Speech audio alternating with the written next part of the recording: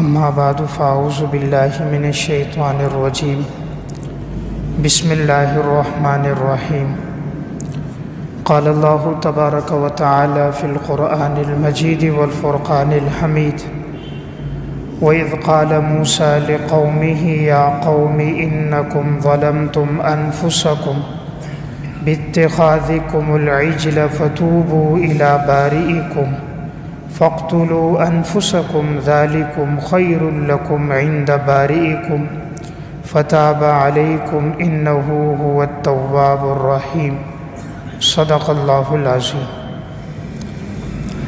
قرآن کریم اور احادیث مبارکہ میں تقریباً 100 ایسے اعمال کا تذکرہ ملتا ہے کہ جن کے بارے میں اللہ رب العزت نے یا جناب رسول اللہ صلی اللہ علیہ وسلم نے فرمایا کہ یہ بہترین اعمال ہیں۔ ایک یہ ہے کہ میں یا آپ کسی عمل کے بارے میں کہیں کہ یہ سب سے بہتر عمل ہے، سب سے اچھا عمل ہے، اور ایک یہ ہے کہ اللہ رب العزت کسی عمل کے بارے میں بتائیں کہ یہ سب سے بہترین عمل ہے، یا اللہ کے حبیب بتائیں کہ یہ سب سے بہترین عمل ہے۔ تو ایسے اعمال میں تلاش کرتا رہا تو قرآن کریم میں تقریباً 52 ایسے اعمال سامنے آئے، اور دیگر اعمال احادیث مبارکہ میں ملے کہ جن کے بارے میں یہ فرمایا گیا کہ یہ سب سے بہتر ہے۔ ان اعمال میں سب سے پہلا عمل ہے توحید اختیار کرنا۔ توحید اختیار کرنا یعنی انسان اللہ رب العزت کے ساتھ کسی کو شریک نہ ٹھہرائے، نہ اللہ کی ذات میں، نہ صفات میں، نہ غیر اللہ کو اللہ کے ساتھ عبادت میں شریک ٹھہرائے۔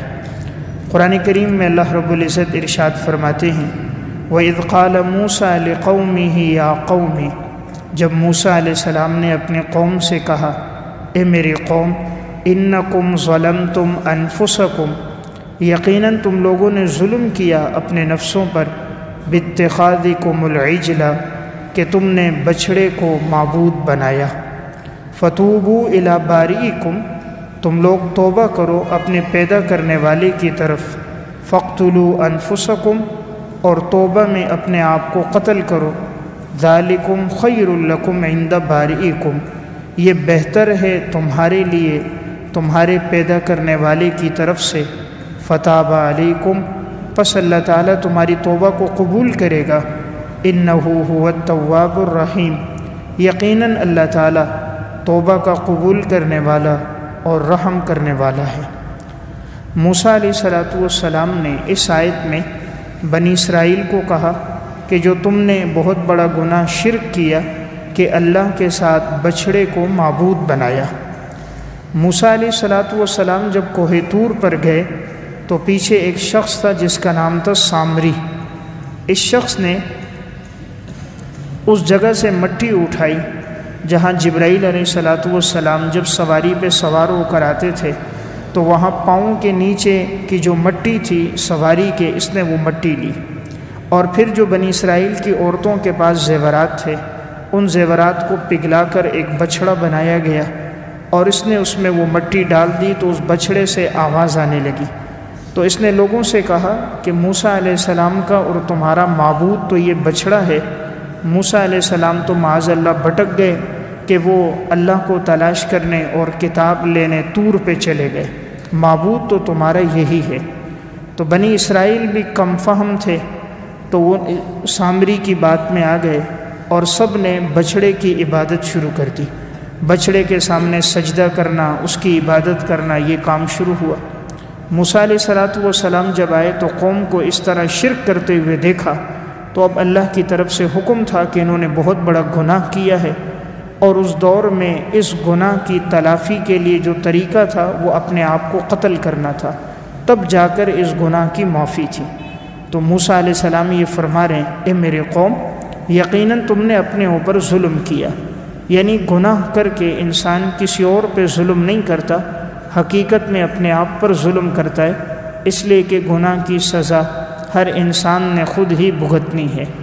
اور وہ گناہ یہ ہے کہ باتخاذکم العجل، تم نے بچھڑے کو معبود بنایا۔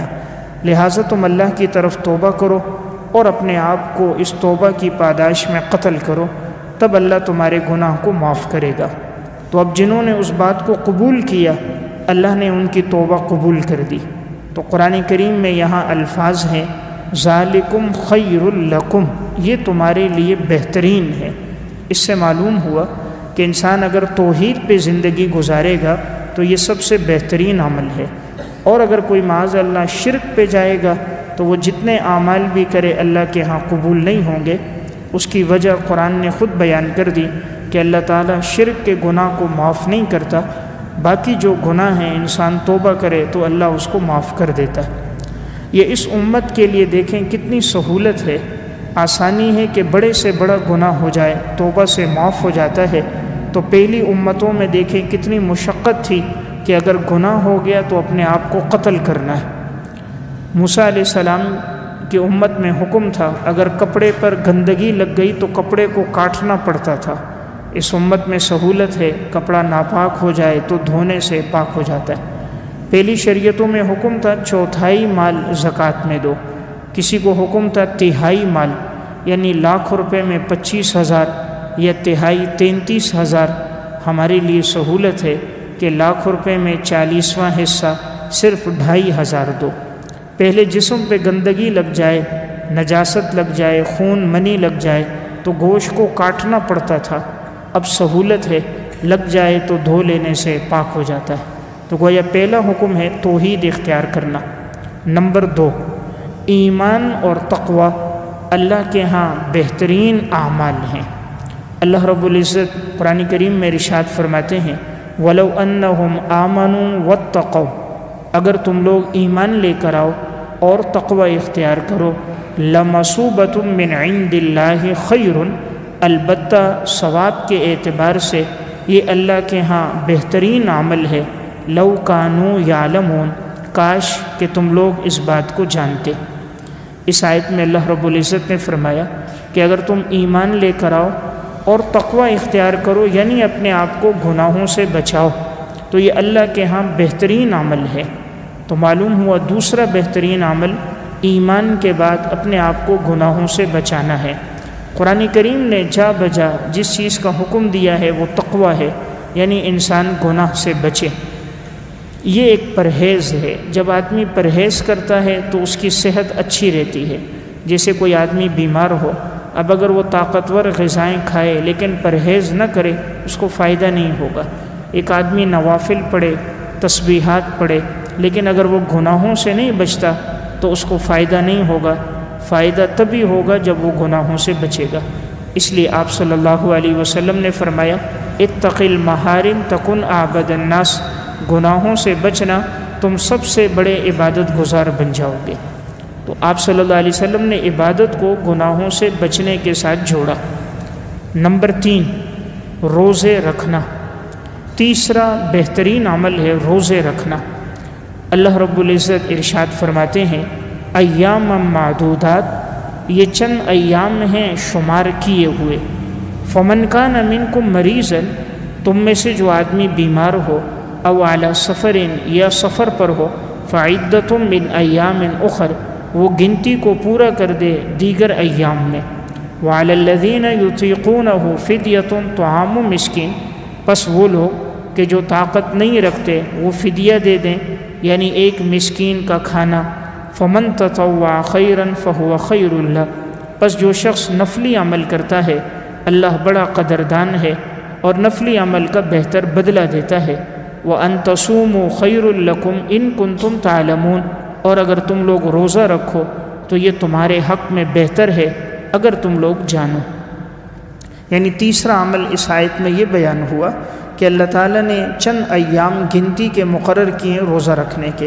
وہ چند ایام ایک مہینہ رمضان المبارک کا ہے۔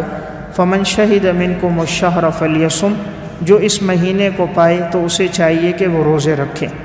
آگے شریعت نے تخفیف یہ کی کہ اگر کوئی آدمی بیمار ہے یا سفر میں ہے اور وہ روزہ رکھنے کی طاقت نہیں رکھتا تو اسے چاہیے کہ وہ فدیہ دے دے۔ یعنی اتنا بیمار ہے کہ صحت کے لوٹنے کا امکان نہیں ہے، شیخ فانی ہے، بہت بوڑھا ہے، یا ایسی بیماری ہے کہ بظاہر امکان نہیں ہے کہ اس کو صحت مل جائے تو ایسا آدمی فدیہ دے دے۔ آگے فرمایا اگر تم روزے رکھو تو یہ تمہارے حق میں بہتر ہے۔ قرآن کریم کے الفاظ ہیں خیر لکم، بہترین ہے تمہارے لیے اگر تم روزے رکھو گے، یعنی اگر تم سفر میں بھی روزے رکھ لو، بیماری کی حالت میں بھی رکھ لو تو یہ تمہارے لیے زیادہ بہتر ہے، کیونکہ ماحول بنا ہوا ہے، سب لوگ روزے رکھ رہے ہیں تو ماحول میں روزے رکھنا آسان ہوتا ہے۔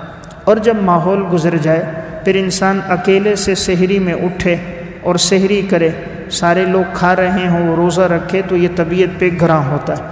اس لیے قرآن نے ایک ذہن دیا کہ جب ماحول ہے تو اس میں روزہ رکھو، یہ بہتر ہوگا۔ تو گویا تیسرا بہترین عمل روزے رکھنا ہے۔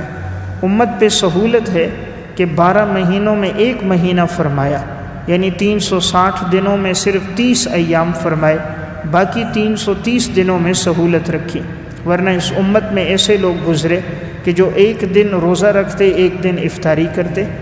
انبیاء علیہ السلام میں بھی حضرت داؤد علیہ السلام کا معمول تھا، ایک دن روزہ رکھتے ایک دن افطاری، ایک دن روزہ ایک دن افطاری، حضرت داؤد علیہ السلام کا یہ عمل تھا۔ اس امت میں ایسی خواتین بھی گزریں جنہوں نے روزے رکھنے کا بڑا اہتمام کیا۔ صفت الصفوہ میں حضرت حفصہ بنت سیرین کے بارے میں ہے، ایام تشریق کے علاوہ اور ان کے حیض و نفاس کے ایام کے علاوہ، عیدین کے علاوہ پوری زندگی یہ خاتون روزے رکھتی تھی۔ سال بھر میں 5 دن روزے رکھنے سے روکا گیا ہے، عید الفطر، عید الاضحیٰ اور ایام تشریق کے 3 دن، 11، 12، 13 دن۔ ان 5 ایام کے علاوہ، حیض و نفاس کے ایام کے علاوہ پوری زندگی اس خاتون کا معمول تھا کہ یہ روزے رکھتی تھی۔ تو اس امت میں ایسی خواتین بھی آئیں، اتنی کثرت سے روزے رکھے کہ ان کا جسم بالکل دبلا پتلا ہو گیا اور کھال جسم کے ساتھ لگ گئی۔ حضرت شعوانہ کا یہی معمول تھا، ساری زندگی روزے رکھا کرتی تھی۔ تو بہرحال ایک بہترین عمل روزے رکھنا ہے۔ نمبر 4، چوتھا بہترین عمل وہ ہے بہترین توشہ تقویٰ ہے۔ نمبر 4، بہترین توشہ تقویٰ ہے۔ اللہ رب العزت قرآن کریم میں فرماتے ہیں وَتَزَوَّدُوا، پس تم لوگ توشہ اختیار کرو، فَإِنَّ خَيْرَ الزَّادِ التَّقْوَىٰ، اور بہترین توشہ پرہیزگاری اور گناہوں سے بچنا ہے۔ وَاتَّقُونِ يَا أُولِي الْأَلْبَابِ، اور اے عقل مند لوگو تم لوگ مجھ ہی سے ڈرو۔ اس آیت میں اللہ رب العزت نے یہ فرمایا، پہلے چند لوگ حج کے لیے جاتے تو وہ لوگ ساز و سامان نہیں لے کے جاتے تھے، اکثر سواریاں بھی نہیں ہوتی، زاد راہ نہ ہوتا، توشہ نہ ہوتا، کھانا پینا نہ ہوتا۔ اب جب راستے میں جاتے تو بھوک آتی تو پھر لوگوں سے مانگتے، کبھی ایک سے کھانا مانگا، کسی سے پانی مانگا، کسی سے راستے میں سواری مانگی۔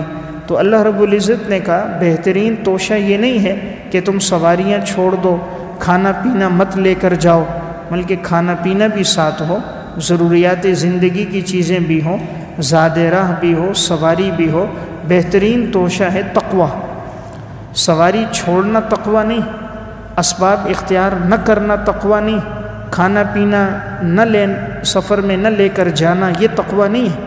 تقویٰ ہے سب چیزیں لے کر جاؤ اور نظر اللہ کی ذات پر ہو، اسباب اختیار کر کے نگاہ اللہ پر ہو کہ یہ سبب تب مجھے فائدہ دے گا جب اللہ کا حکم ہوگا۔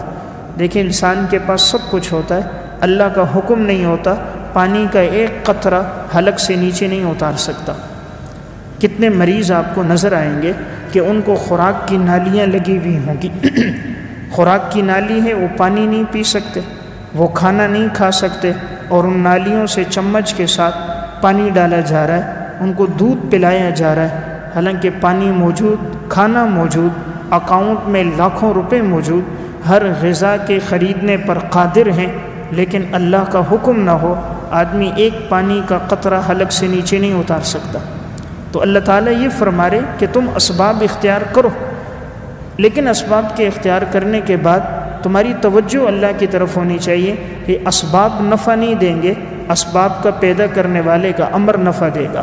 اس لیے جب انسان کی توجہ اللہ پر ہوتی ہے تو بسا اوقات کوئی چیز نقصان دینے والی ہو، اللہ اس کے ذریعے بھی نفع دے دیتا ہے۔ علامہ یافعی رحمۃ اللہ علیہ کی کتاب روض الریاحین فی حکایات الصالحین، اس میں انہوں نے ایک واقعہ لکھا کہ ایک شخص کے پاؤں میں زخم ہو گیا اور لوہے کی کوئی چیز تھی وہ اس کے پاؤں میں چلی گئی، اندر تک گئی، اب وہ باہر نہیں نکل سکتی تھی۔ اس دور میں آپریشن اور یہ جدید آلات موجود نہیں تھے، آج سے تقریباً 800-850 سال پہلے نہ اس قسم کی ادویات تھی، نہ طبی علاج کی اتنی سہولیات تھی، نہ سائنس نے اتنی ترقی کی تھی۔ تو اب یہ اطباء کے پاس گئے لیکن کوئی افاقہ نہ ہوا، دن بدن ان کا پاؤں سوجتا گیا اور اس سے پیپ رسنا شروع ہو گئی، تعفن بھی ہوتا تھا۔ یہ اللہ سے دعا کرتے رہے، اے اللہ تو ہر چیز پر قادر ہے، تو مجھے صحت عطا فرما۔ ایک دن کہتے ہیں 2 رکعت نماز پڑھی، اللہ کے سامنے روئے، گھڑ گھڑائے، اللہ سے دعا کی، اسی دوران آنکھ لگ گئی۔ علامہ یافعی لکھتے ہیں یہ شخص سویا، اب یہ کہتا ہے میں نے دیکھا کہ تھوڑی دیر کے بعد کوئی چیز ہے جو میرے پاؤں کے قریب آئی اور میرے زخم کو چوس رہی ہے، اور چوستی ہے اور پیپ اور خون وہ لے کر نیچے چوس کر زمین پہ پھینک رہی ہے، پھر چوس رہی ہے، پھر پھینک رہی ہے، پھر منہ میں لے رہی ہے، پھر پھینک رہی ہے، یہاں تک کہ وہ پاؤں کے اندر جو لوہے کوئی راٹ چلا گیا تھا اس کو بھی اس نے پاؤں میں اپنے منہ میں لیا اور کھینچ کر باہر نکال دیا۔ کہتے ہیں مجھے بڑی راحت مل گئی، پاؤں کی سوجن میری کم ہو گئی، مجھے بڑا سکون مل رہا تھا۔ میں نے سوچا دیکھو تو صحیح یہ کون ہے کہ جس کو اللہ نے میری خدمت میں لگا دیا۔ وہ شخص اٹھا اور دیکھا تو وہ سانپ تھا، وہ سانپ ہے جو اس کے پاؤں کے ساتھ ہے اور اس کے زخم سے خون اور پیپ کو چوس کے نکال کر باہر پھینک رہا ہے۔ یہ شخص سجدے میں گر گیا، یا اللہ جو سانپ انسان کی ہلاکت کا ذریعہ ہے، تو جب تو بندے کو نفع پہنچانے پر آتا ہے تو اسی موت کے ذریعے کو نفع رسانی کا سبب بنا دیتا ہے۔ سانپ تو نقصان نہیں دے سکتا جب تک سانپ کے پیدا کرنے والے کا حکم نہ ہو، سانپ کا زہر نقصان نہیں دے سکتا جب تک جس ذات نے زہر میں زہر ڈالا ہے اس کا امر نہ ہو۔ اللہ کا حکم ہوتا ہے تو اللہ زہر کو تریاق بنا دیتا ہے۔ تو رب تعالیٰ اپنی طاقت، اپنی قدرت بھی بتانا چاہتا ہے کہ یہ چیزیں جتنی ہیں یہ نقصان نہیں دے سکتی، اصل اللہ رب العزت کا امر اور ارادہ ہے۔ جیسے ابراہیم علیہ السلام آگ میں ہیں اور آگ اپنی فطرت تبدیل کر کے ابراہیم علیہ السلام کو ٹھنڈک پہنچا رہی ہے۔ یونس علیہ السلام مچھلی کے پیٹ میں ہیں، 40 دن تک اللہ ان کو راحت پہنچا رہا ہے۔ تو اللہ تعالیٰ بتانا چاہتے ہیں ایک دنیا کے اسباب ہیں، ایک ذات باری تعالیٰ کی قدرت ہے۔ تو میں نے ایک بات عرض کی، اس آیت میں اللہ نے ہمیں جو بات فرمائی وہ ہے بہترین توشہ تقویٰ ہے۔ جب اللہ کی طرف انسان کی توجہ ہوتی ہے، رب العالمین اس کے لیے ایسے غیبی اسباب پیدا فرما دیتا ہے جس طرف انسان کی توجہ ہی نہیں ہوتی، اور اللہ رب العزت اس سے اس کو نفع دے دیتا ہے۔ ایسے کئی واقعات حضرات سلف نے نقل کیے، پریشانی میں تھے، اللہ تعالیٰ نے ان کے لیے راحت کا کوئی ذریعہ بنا دیا۔ علامہ تنوخی رحمۃ اللہ علیہ کی ایک کتاب ہے الفرج بعد الشدۃ والضیقہ، اس میں انہوں نے مختلف واقعات لکھے ہیں۔ اسی قسم کے اسی میں انہوں نے ایک واقعہ لکھا۔ ایک شخص کہتا ہے کہ ایک دفعہ میرے پاس دراہم کی تھیلی تھی، میں سفر میں نکلا، ایک مسجد میں پہنچا، نماز پڑھ رہا تھا، میں نے وہ تھیلی ایک ستون کے پاس رکھی اور میں بھول گیا۔ نماز پڑھ کے میں چلا گیا، آدھا راستہ اور سفر گزر گیا، پھر مجھے یاد آئی کہ میری تھیلی تو وہاں رہ گئی۔ اب دوبارہ پلٹ کر آنا بہت مشکل تھا، سفر بہت طویل تھا، تو میں سوچتا رہا کل نکلوں گا، پرسوں نکلوں گا، لیکن مجھے ٹائم نہ ملا، مصروفیت ایسی بڑھ گئی کہ وہاں کا سفر دوبارہ نہ ہو سکا۔ 1 سال کے بعد میرا وہاں جانا ہوا۔ اب میں اللہ سے دعا کر رہا تھا، یا اللہ میری تھیلی مجھے واپس لوٹا دے۔ اسی مسجد میں اسی ستون کے پاس پہنچے، 2 رکعت نماز پڑھی، اللہ سے دعا کر رہے ہیں۔ اتنے میں ایک بوڑھی عورت پیچھے سے آئی، وہ ان کی دعا سن رہی تھی۔ اس نے کہا تم اللہ سے کیا مانگ رہے ہو؟ کہا میری تھیلی گم ہو گئی تھی، یہاں رکھی تھی، سال کے بعد آیا ہوں۔ تو انہوں نے کہا نشانی بتاؤ۔ اس نے تھیلی کی نشانی بتائی، رنگ بتایا، اوپر سے جس ڈور سے باندھا گیا تھا وہ ڈور بتائی۔ جب ساری علامات ان کو پتہ چل گئیں تو اس نے کہا تم ٹھیک کہہ رہے۔ تو اسی وقت وہ تھیلی خاتون لے کر آئی اور اس کو دے دی۔ اس نے پوچھا یہ تھیلی آپ کے پاس کہاں سے آئی؟ خاتون نے کہا جب سارے لوگ چلے جاتے ہیں تو میں رات کو مسجد کی صفائی کرتی ہوں اور اس کو اپنے لیے سعادت سمجھتی ہوں۔ تو جب میں نے مسجد کی صفائی کی تو یہ تھیلی مجھے نظر آئی تو میں نے اٹھا لی، اور میں تلاش میں تھی کہ مالک مل جائے تو میں لوٹا دوں، لیکن کوئی ملا نہیں۔ جب تم مسجد میں آئے، آہوزاری کر رہے تھے، رو رہے تھے، میں یہی سمجھی کہ شاید تمہاری ہوگی، اور تم نے بتایا میری ہے، تو میں نے تمہاری تھیلی تمہیں واپس لوٹا دی۔ مال جب حلال کا ہوتا ہے اللہ نقصان نہیں دیتا، سال کے بعد بھی اللہ اس مال کو واپس لوٹا دیتا ہے۔ بظاہر اس کے کوئی اسباب نہیں ہوتے، رب العالمین پھر بھی اس کے لیے ظاہری سبب بنا دیتا ہے۔ 1 سال تک اس کی تھیلی رہی ہے، خاتون کے پاس رہی، اور اللہ نے سال کے بعد اس کو واپس لوٹا دی۔ تو میں ایک بات عرض کر رہا تھا، قرآن کریم نے یہ 5واں عمل جو ہمیں بتایا، وہ بتایا کہ بہترین توشہ تقوی اختیار کرنا ہے کہ وَتَزَوَّدُوا فَإِنَّ خَيْرَ الزَّادِ التَّقْوَىٰ وَاتَّقُونِ يَا أُولِي الْأَلْبَابِ۔ اے عقل مند لوگو، تم اپنی زندگی کا توشہ اللہ کا ڈر اختیار کرو۔ جب یہ خوف خدا کی کیفیت پیدا ہو جاتی ہے، انسان کی جتنی ضروریات ہوتی ہیں اللہ تعالیٰ اپنے خزانے غیب سے اس کو پورا کر دیتا ہے۔ وہم اور گمان بھی نہیں ہوتا، اللہ پورا کر دیتا ہے۔ مشکل میں ہوتا ہے، اللہ راحت دے دیتا ہے۔ علامہ ابن عساکر رحمۃ اللہ علیہ، متوفہ 571 ہجری کی کتاب ہے تاریخ مدینتی دمشق، اس میں انہوں نے ایک واقعہ لکھا۔ ایک شخص کہتا ہے کہ میں ایک دفعہ سفر میں نکلا اور میرا ارادہ تھا کہ اپنا ساز و سامان کسی خچر پہ لے کر ایک جگہ سے دوسری جگہ جاؤں۔ تو جو خچر والے تھے میں ان کے پاس گیا کہ میرا یہ سامان ہے۔ انہوں نے میرا سامان اس پہ رکھا اور کہا ہم تجھے ایک ایسے راستے سے لے کر جائیں گے جو مختصر ہے، آج کے الفاظ میں شارٹ کٹ راستہ، اور تو منزل بہت جلدی پہنچ جائے گا۔ یہ جس راستے سے آتا جاتا تھا اس سے تو واقف تھا، اور یہ لے جانے والا جس راستے سے لے جا رہا تھا اس سے واقف نہیں تھا۔ اس نے اس کو بتایا میرا ایک عرصے سے کام ہے، میں لوگوں کو لے کے جاتا ہوں، بڑا مختصر راستہ ہے، تم جلدی پہنچ جاؤ گے۔ تو یہ اس پہ راضی ہو گیا، سواری لے لی گئی۔ اب سواری پہ اس کا سارا زادہ راہ سامان رکھ دیا گیا اور یہ بھی سوار ہو گیا۔ اب کہتے ہیں وہ لے جاتے ایک جنگل سے لے کر مجھے جا رہا تھا۔ تو جنگل میں ایک جگہ پہنچے تو وہاں کوئی بھی نہیں تھا، بالکل صحرا تھا۔ اب جیسے نیچے اترے تو اس نے اپنے سامان سے تلوار نکالی اور تلوار لے کر میرے سامنے آیا اور کہا میں تو یہ قتل کروں گا اور جتنا سامان ہے میں یہ بھی لوں گا۔ تو پھر یہ مجھے جھاڑیوں کے پاس لے کر گیا، وہاں چند لاشیں بھی نظر آئیں، تو کہا کتنے ہی آدمیوں کو میں پہلے بھی لے کر آیا ہوں اور اس طرح دھوکے سے میں نے قتل کیا ہے، اور پھر میں نے ان کی سواریاں اور سامان لے لیا۔ تو اب یہ شخص جب یہ لاشیں اپنی نظروں کے سامنے دیکھیں اور بظاہر مدد والا کوئی نظر نہیں آیا، دور دور تک اس نے نگاہ ڈالی تو کوئی انسان موجود نہیں، ہتھیار بھی ساتھ موجود نہیں۔ اس نے کہا مجھے 2 رکعت نماز پڑھنے کا موقع دو۔ اس نے کہا 2 نہیں 4 رکعت پڑھو۔ جو باطل ہوتا ہے، رب سے دور ہوتا ہے، وہ سمجھتا ہے کہ عبادت کا فائدہ کوئی نہیں ہے، اس کی نظر اپنے ہتھیار اور اپنی قوت پہ ہوتی ہے، اور جس نے اسے طاقت دی ہے وہ اس سے بے فکر ہو جاتا ہے۔ اب اس نے جو 2 رکعت نماز شروع کی، یہ قرآن کا حافظ تھا، لیکن کہتے ہیں خوف اور ڈر میں قرآن کریم کی آیات مجھے کوئی یاد نہ رہی، نہیں سمجھ آ رہا تھا میں کیا پڑھوں۔ اچانک میری زبان پہ 20ویں سپارے میں اللہ رب العزت نے ایمان والوں کے بارے میں ایک بات ارشاد فرمائی ہے۔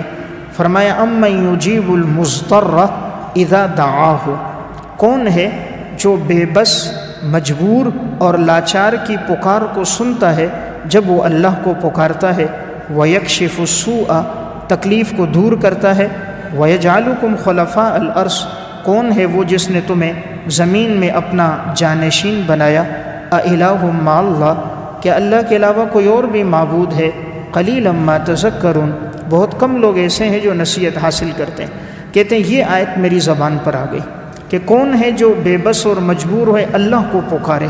بس اس نے اللہ کو پکارا، اپنی نماز پوری کی، دیکھا ایک شخص جس کا قد گویا آسمان سے لگ رہا ہو، بڑا طاقتور جثے والا تھا، ہاتھ میں تلوار تھی، اس نے اس شخص کو قتل کر دیا۔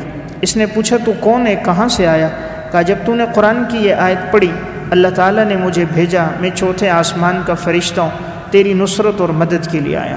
اس کے بعد اس نے مجھے راستہ دکھایا کہ جنگل سے نکلنا ہے، اس راستے سے نکلو۔ میں وہاں سے نکلا اور پھر میں اپنے گھر واپس آ گیا۔ تو میں عرض کر رہا تھا جب زندگی میں تقوی ہوتا ہے تو رب العالمین بسا اوقات مدد کے لیے آسمان سے فرشتے بھی اتار دیتا ہے۔ اللہ تعالیٰ کا معاملہ بندے کے گمان کے مطابق ہوتا ہے۔ انا عند حسن ظنی بی، جیسا تمہارا گمان میرے بارے میں ہوگا ویسا میرا تعلق اور مدد تمہارے ساتھ ہوگی۔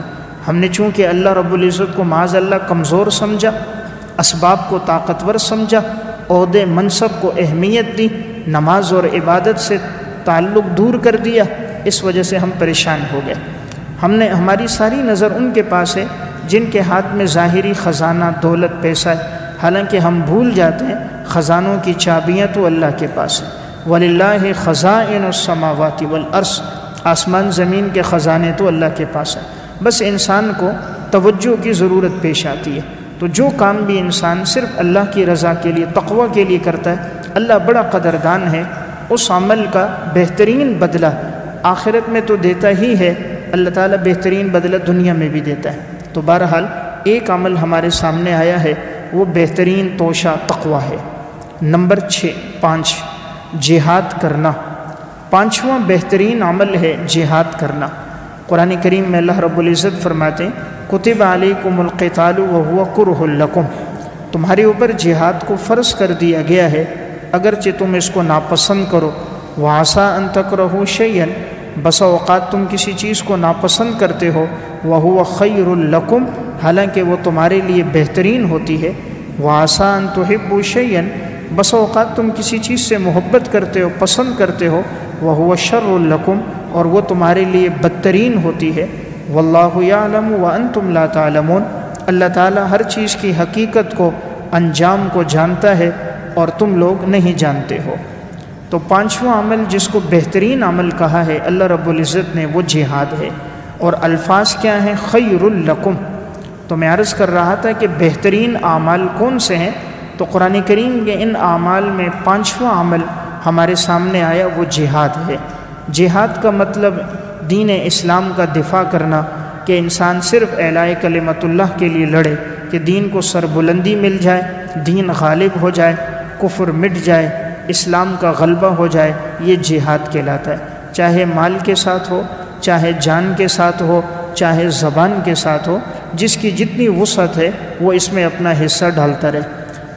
قرآن کریم نے تعبیر یہ اختیار کی کہ بہت سی چیزوں کو تم ناپسند سمجھتے ہو، حالانکہ وہ تمہارے لیے بہتر ہے۔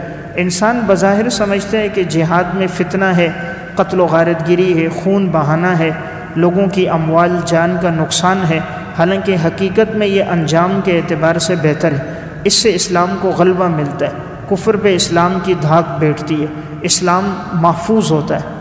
ایک چیز ہے دین کی نشر و اشاعت، وہ ہوتی ہے مدارس سے، مساجد سے، دعوت و تبلیغ سے، اور ایک دین کی حفاظت، وہ ہوتی ہے جہاد سے۔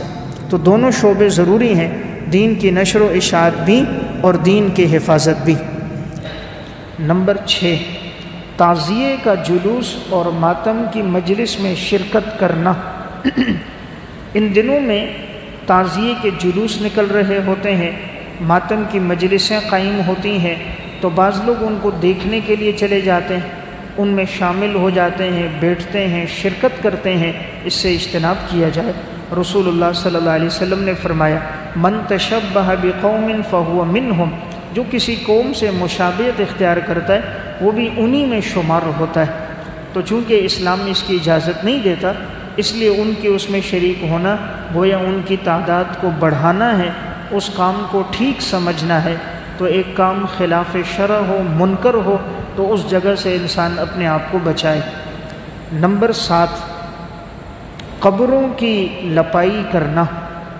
عموماً ان 10 دنوں میں یہ دیکھا گیا ہے کہ بعض لوگ اس میں قبرستان جاتے ہیں، مٹی لے کر اور اپنے مرحومین کی قبروں پہ لپائی کرتے ہیں، اور یہ اعتقاد ہوتا ہے کہ اس دن جو انسان اپنی قبر پہ جتنا مٹی ملے گا تو اس کے لیے عذاب نہیں ہوگا، آخرت کے مراحل آسان ہوں گے، عذاب سے بچ جائے گا۔ تو یہ جو اعتقاد ہے اس کا کہیں ثبوت نہیں ہے کہ ان دنوں میں جا کر قبروں پہ مٹی لگائی جائے، قبروں پہ چراغاں کیا جائے، قبر پہ موم بتی لگائی جائے۔ اسلام نے اس کی اجازت نہیں دی۔ نمبر 8، حلیمے، بریانیاں اور کھانے تقسیم کرنا۔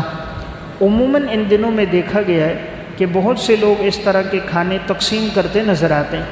شریعت نے اس دن روزے کا حکم دیا ہے، روزے کو مستحب کہا ہے، اور کربلا میں اہل بیت کی شہادتیں جو ہوئی بھوک کی حالت میں ہوئی، ان پر کھانا پینا بند کر دیا گیا تھا۔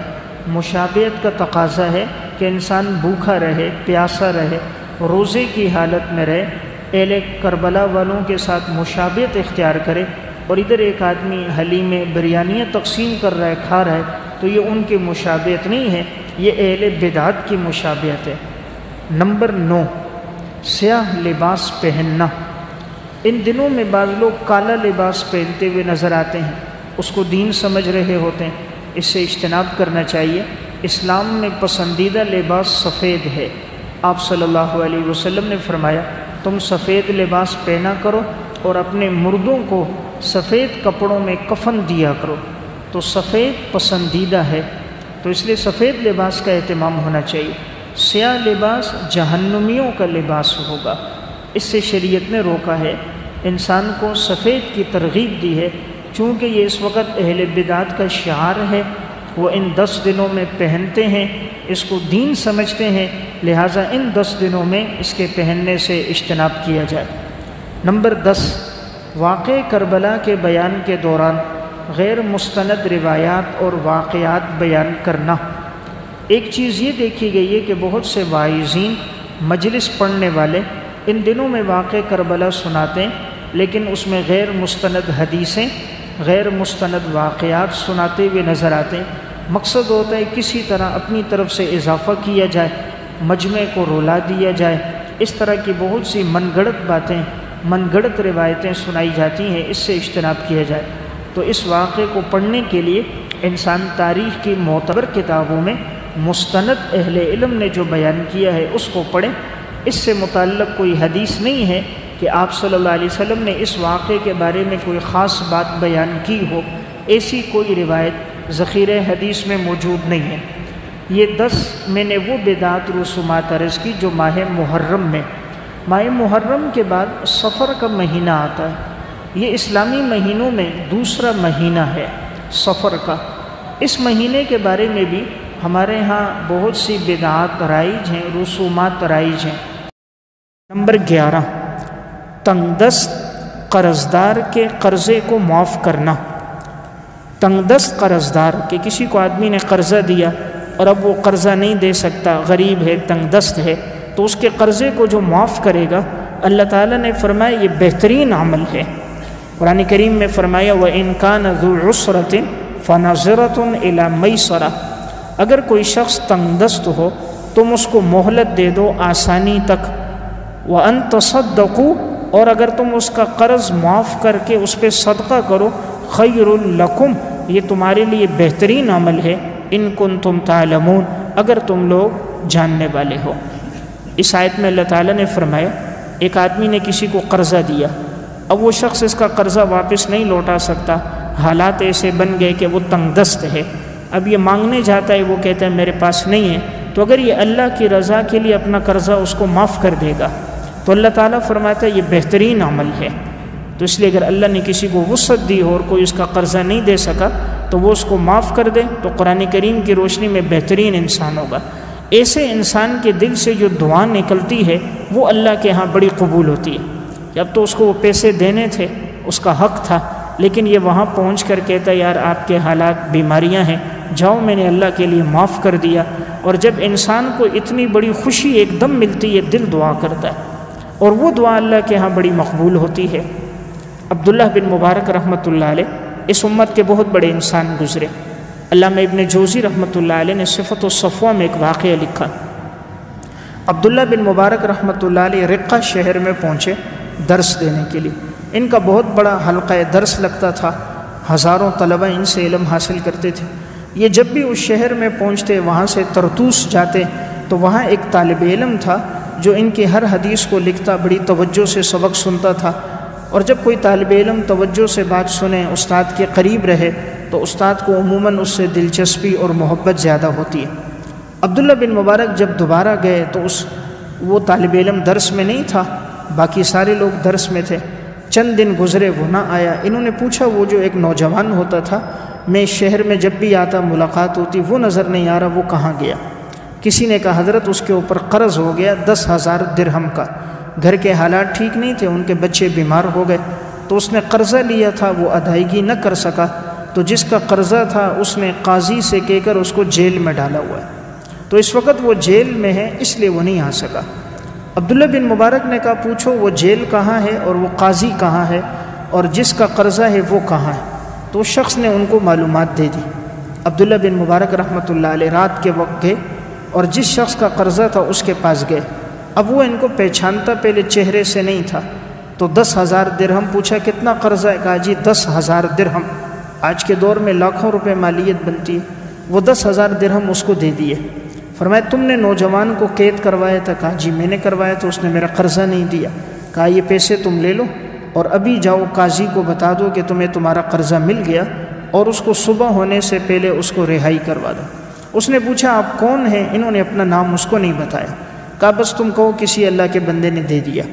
اب یہ شخص قاضی کے پاس گیا کہ مجھے میرا قرضہ مل چکا ہے، آپ نوجوان کو رہا کرو۔ قاضی نے حکم دیا، نوجوان کو رہا کر دیا گیا۔ اب اگلے دن عبداللہ بن مبارک کو اس جگہ سے سفر کر کے دوسرے شہر میں جانا تھا، تو یہ دوسرے شہر پہنچے۔ نوجوان جب باہر آیا اب اس کو پتہ نہیں ہے کس نے اس کا قرضہ ادا کیا، تو اب اس نے پوچھا، لوگوں نے بتایا عبداللہ بن مبارک تمہارا پوچھ رہے تھے۔ تو انہوں نے پوچھا وہ کہاں ہے؟ کہا وہ تو اگلے شہر میں گئے۔ نوجوان وہاں پہنچا، عبداللہ بن مبارک سے ملاقات ہوئی، درس میں حاضری ہوئی۔ پوچھا بھئی کہاں تھے؟ کہا جی جیل میں تھا۔ کہا رہائی کیسے ہوئی؟ کہا کوئی اللہ والا آیا اور اس نے میرے پیسے دے دیے۔ کہا وہ کون تھا؟ کہا کوئی پتہ نہیں۔ کہا بس اس کے لیے دعا کرو، اللہ اس کا عمل اپنی بارگاہ میں قبول کرے۔ اس نوجوان نے کہا حضرت کیوں نہ دعا کروں، میں اتنے عرصے سے جیل میں تھا، میں اس کو نہیں جانتا، وہ مجھے نہیں جانتا، اس نے اتنا بڑا تعاون کیا ہے اور مجھے پتہ بھی نہیں ہے وہ کون ہے۔ عبداللہ بن مبارک کے سامنے وہ تعریف کر رہا ہے، حالانکہ دیا حضرت نے یہ۔ اب حضرت نے یہ بھی نہیں کہا کہ میں نے دیا۔ آج میں اور آپ ہوتے ہم کہتے بھئی وہ میں نے کیا ہے بھئی، اب انہوں نے نہیں کہا کہ میں نے کیا ہے، خفیہ ہی رکھا اس کو۔ جس دن عبداللہ بن مبارک کا انتقال ہوا، بہت بڑا جنازہ ہوا۔ نیک لوگوں کے جنازے بڑے ہوتے ہیں، اس لیے امام احمد فرمایا کرتے تھے ہمارے اور اہل بدعات میں فرق ہمارے جنازے ہوں گے۔ جس دن ہمارا جنازہ اٹھے گا اس دن پتہ چلے گا ہم نے سنت میں زندگی گزاری تھی، ہم نے دین کی اتباع میں، دین کی نشر و اشاعت میں، دین کی دعوت میں زندگی گزاری تھی۔ ہمارے جانے کے بعد لوگ ہمارے پیچھے ہاتھ اٹھا کے دعائیں کریں گے، ہر آنکھ اشک بار ہوگی، ہر ہاتھ ہمارے لیے اٹھیں گے، ہر دامن ہمارے لیے پھیلے گا، ہمارے جنازے ہماری دعوت کی گواہی دیں گے۔ عبداللہ بن مبارک کا بہت بڑا جنازہ ہوا، نوجوان بھی شریک تھا۔ جب جنازہ ختم ہو گیا تو وہی شخص جس نے اس کو قید کروایا تھا اس نے آ کر کہا جس نے تمہارا قرضہ دیا تھا مجھے اس کے نام کا نہیں پتہ تھا، لیکن میں نے بعد میں اس کے حلیے کا دوسروں کو بتا کر معلومات لی تو مجھے پتہ چلا وہ یہی عبداللہ بن مبارک تھے جس کا جنازہ ہوا ہے، اس نے آپ کا قرضہ دیا تھا۔ تو اس دن اس کو پتہ چلا کہ مجھے جیل سے رہا کرانے والے یہ عبداللہ بن مبارک تھے۔ تو یہ ہے تنگ دستوں کے ساتھ تعاون کہ پتہ ہی نہیں چلا اور اتنی بڑی رقم ادا کر دی۔ تو گویا یہ 11واں عمل ہے، اللہ نے دیا ہو، کوئی تنگ دست ہو اور انسان اس کے ساتھ تعاون کرے، اس کی جو دل کی دعا ہوتی ہے یہ اللہ کے ہاں بڑی قبول ہوتی ہے، اور ایسے لوگوں کی دعائیں انسان کو وہ مقام دلا دیتی ہیں جہاں بس اوقات انسان اپنی عبادت سے نہیں پہنچ سکتا، جہاں غریب آدمی کی دعا ہوتی ہے۔ اس لیے غریبوں کے ساتھ بیٹھنا چاہیے، ان کی کہانی سننی چاہیے، ان کے گھر کے حالات پوچھنے چاہیے، اور اللہ نے توفیق دی ہو حسب توفیق اپنا حصہ ان میں ڈالنا چاہیے۔ ان کے جب بچے کھاتے ہیں پیتے ہیں خوش ہوتے ہیں تو وہ ان کے حق میں دعا گو زیادہ ہوتے ہیں۔ تو بہرحال یہ ایک بہترین عمل ہے کہ اگر کوئی تنگ دست ہو اس کے قرضے کو انسان معاف کرے۔ نمبر 12، بہترین امت کے اعمال و اوصاف۔ بہترین امت کے کیا اعمال ہیں؟ اللہ قرآن میں فرما رہا ہے کنتم خیر امت اخرجت للناس، تم بہترین امت ہو کہ تم نکالے گئے ہو لوگوں کے نفع رسانی کے لیے، تأمرون بالمعروف وتنہون عن المنکر، تم نیکی کا حکم دیتے ہو برائی سے روکتے ہو، وتؤمنون باللہ، اور اللہ پہ ایمان لاتے ہو، ولو آمن اہل الکتاب لکان خیرا لہم، اگر یہ اہل کتاب ایمان لاتے تو یہ ان کے لیے بہتر ہوتا، منہم المؤمنون، ان میں بعض ایمان والے ہیں، واکثرهم الفاسقون، لیکن اکثر فاسق ہیں۔ تو قرآن نے 12واں بہترین عمل جس کو قرار دیا وہ فرمایا کنتم خیر امت، تم بہترین امت ہو، اور اس کی وجہ بیان کی تم لوگوں کو نیکی کا حکم دیتے ہو برائی سے روکتے ہو، یعنی امر بالمعروف نہی عن المنکر۔ تو انسان کوشش کرے اس عمل کو اپنی زندگی میں لے کر آئے، جہاں موقع ملے دین کی دعوت دے، اور جس کو گناہ میں دیکھے اسے گناہ سے باز رکھنے کا کہے۔ ہر آدمی کی ذمہ داری ہے من رأى منکم منکرا فلیغیرہ بیدہ فإن لم یستطع فبلسانہ فإن لم یستطع فبقلبہ وذلک اضعف الایمان، پہلے ہاتھ سے روکے ورنہ زبان سے روکے ورنہ آخر دل میں برا جانے، یہ ایمان کا سب سے کمزور درجہ ہے۔ انسان کی اصل دعوت اس کے عمل سے ہوتی ہے۔ عمل جتنا طاقتور ہوتا ہے اتنی دعوت میں تاثیر زیادہ ہوتی ہے۔ حضرات صحابہ اور سلف کا عمل طاقتور تھا، ان کے عمل سے لوگ زیادہ دین پر آئے ہیں۔ ناقابل فراموش سچے واقعات میں انہوں نے ایک واقعہ لکھا۔ ایک جماعت گئی برطانیہ، جماعت کا ایک ساتھی بیمار ہو گیا، ہسپتال اسے لے جایا گیا، طبیعت زیادہ خراب تھی۔ اب وہ جو نرس آتی تھی اسے ڈرپ لگانے، انجیکشن لگانے اور اس کا شوگر، بلڈ پریشر چیک کرنے، تو یہ اپنی نگاہوں کو بالکل نیچے رکھتا یا اپنی آنکھیں بند رکھتا تاکہ وہ غیر محرم میں اس پہ نگاہ نہ پڑے۔ اب وہ بار بار اس کا آنا جانا ہوتا، یہ کوئی اس سے بات نہ کرتا، اس کی طرف نظر نہ اٹھاتا، تو اس بات کا اس پر بہت اثر ہوا۔ چند دنوں کے بعد اس نے پوچھا آپ کس مذہب سے؟ انہوں نے کہا میں اسلام پر ہوں۔ تو کہا آپ نے میری طرف کبھی نگاہیں اٹھا کر دیکھا نہیں؟ حالانکہ یہاں جتنے مریض آتے ہیں وہ آتے ہی ہماری طرف دیکھتے رہتے ہیں، گھور گھور کے دیکھتے ہیں، غلط نگاہوں سے دیکھتے ہیں، مختلف حرکات سکنات کرتے ہیں، پتہ چل جاتا ہے۔ انہوں نے کہا اسلام نے منع کیا ہے کہ غیر محرم کی طرف مت دیکھو، اس لیے ہم نہیں دیکھتے، ہمیں نظریں جھکانے کا شریعت نے حکم دیا۔ وہ عورت اس عمل سے اتنی متاثر ہوئی، کہا تم مجھے کلمہ پڑھاؤ میں مسلمان ہوتی ہوں۔ اسی موقع پر مسلمان ہو گئی۔ کہا اگر تم چاہو میں تم سے نکاح کرنا چاہتی ہوں، اور اس نوجوان سے اس نے شادی بھی کر دی۔